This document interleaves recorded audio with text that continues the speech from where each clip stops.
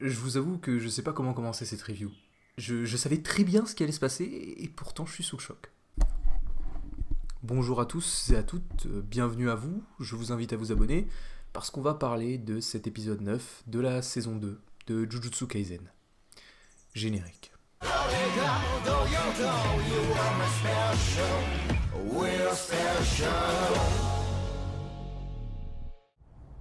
時間がない。一度で聞き分けろ。五条悟が封印された。 Eh ben décidément, cette saison, c'est pas celle de Gojo. Épisode 3, le mec s'est fait allumer, et ben là, il est scellé.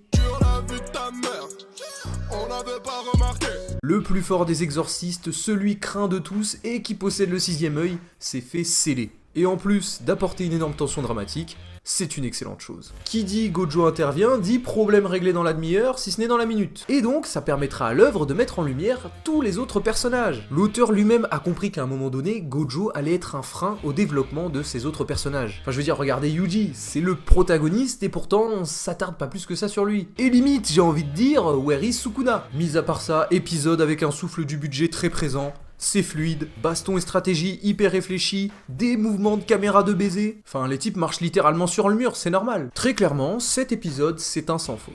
Et donc, reprenons nos bonnes vieilles habitudes, commençons par le commencement de l'épisode. Déjà, rien que l'introduction de l'épisode te fait comprendre qu'il va morfler. Ça commence avec un petit sondage en mode youtubeur un peu. Alors, monsieur, dites-moi un peu, les Français aimeraient savoir, est-ce que vous aimez Satoru? Non. D'accord, et sinon, est-ce que tu as déjà léché? Tu vas la fermer ta gueule! Chacun est là et présente son avis sur le type. Il est bête, arrogant, insouciant, enfin voilà, que des avis très positifs. Mais s'il y a bien une chose sur laquelle ils sont tous d'accord, c'est que c'est le plus fort. Ce qui d'ailleurs est très mis en avant dans cet épisode, le gars va briller littéralement. Et puis, juste après, tu vois Gojo avec des blessures, essoufflé comme jamais, avec des cadavres gisant à ses pieds. Quand tu vois un épisode qui commence comme ça, tu ne peux qu'imaginer le pire pour le personnage. Gojo est passé en mode vénère, mais bien comme il faut. Il désactive son infini et va s'acharner sur Hanami et Jogo. Et là, tu vois vraiment le sadisme du mec. Et pour ce qu'il est censé représenter dans l'œuvre, c'est plutôt intéressant. Un personnage dit comme le plus fort, le bouclier ultime de l'humanité face au fléau entre autres, s'avère être très imbu d'elle-même et surtout qui adore montrer sa supériorité. On est vraiment à l'opposé de ce qui est censé être le héros. Parce que quand même, le mec est là, il arrache à main nue les cornes en bois de Hanami, et tu vois la satisfaction que ça lui procure. Ce mec est un malade mental. Enfin surtout, il a horreur qu'on se moque de lui.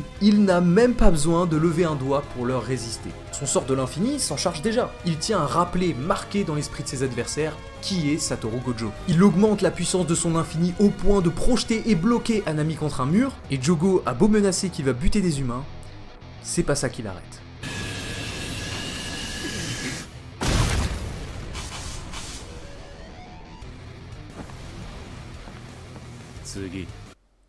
Badassitude ultimata, je pense qu'on est tous d'accord. Également, nous avons un peu plus d'informations sur le fameux objet que va utiliser Geto. La lisière du supplice. Il s'agirait apparemment d'un moine d'une autre époque qui s'appelle Genshin. Le tout expliqué autour d'une petite partie de mahjong, pas piqué des hannetons. Mais tu vois tout de même que les types ont des activités quoi, ils vont au parc pour enfants, ils jouent à des jeux de société tranquilles, ils sont posés, ouais c'est les méchants ouais. Cependant, pour réussir à enfermer Gojo à l'intérieur, il va falloir le maintenir immobile durant 1 minute.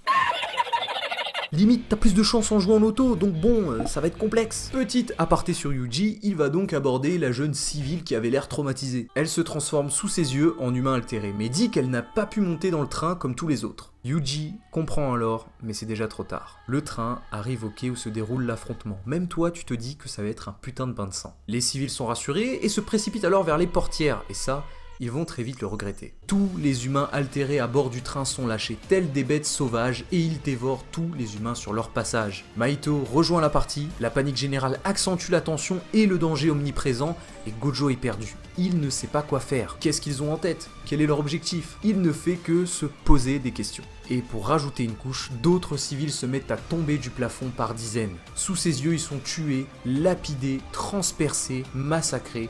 ça n'en finit plus. On avait déjà compris qu'il était prêt à ce qu'il y ait quelques victimes afin qu'il puisse exorciser ses fléaux. Cependant, les choses ont changé, le nombre de morts atteint le seuil limite tolérable. À ce moment précis, quelle solution s'offre à lui? Les exorciser en un instant est impossible, même pour lui. Son territoire alors, mais il ne peut pas, il risquerait de tuer tout le monde. Il se retrouve dans une impasse. Mais en ayant poussé l'exorciste le plus fort dans ses retranchements, il va quand même le faire. Il lance son extension du territoire. Il l'a fait, il a activé 0,2 secondes, mais il l'a fait. Un narrateur est là pour tout nous expliquer à la Hunter x Hunter, et tu vois à quel point le délire a été poussé loin quand même, genre 0,2 secondes. Le gars l'a activé juste pendant ce petit laps de temps, histoire de figer le temps a priori, ce qui lui a permis d'éliminer le millier d'humains altérés en, attendez je vérifie, 299 secondes. Et c'est là qu'on revient à notre scène de ce début d'épisode.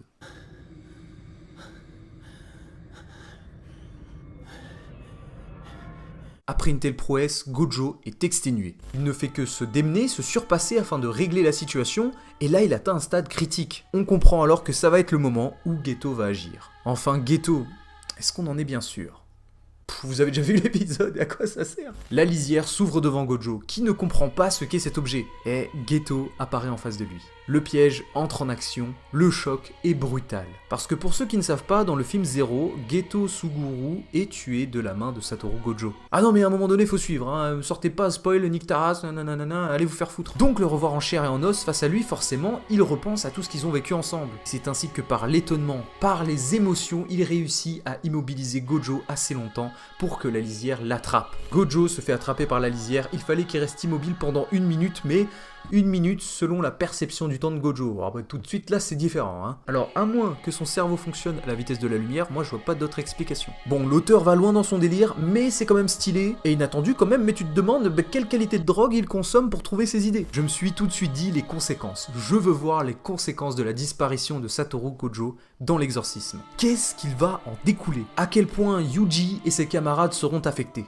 Et attention, c'est pas fini, révélation de ouf. L'homme qui se tient devant Gojo n'est pas Geto Suguru. Et là, forcément, tu me répondras... Mais qu'est-ce que tu me baragouines, sale fils de pute, va?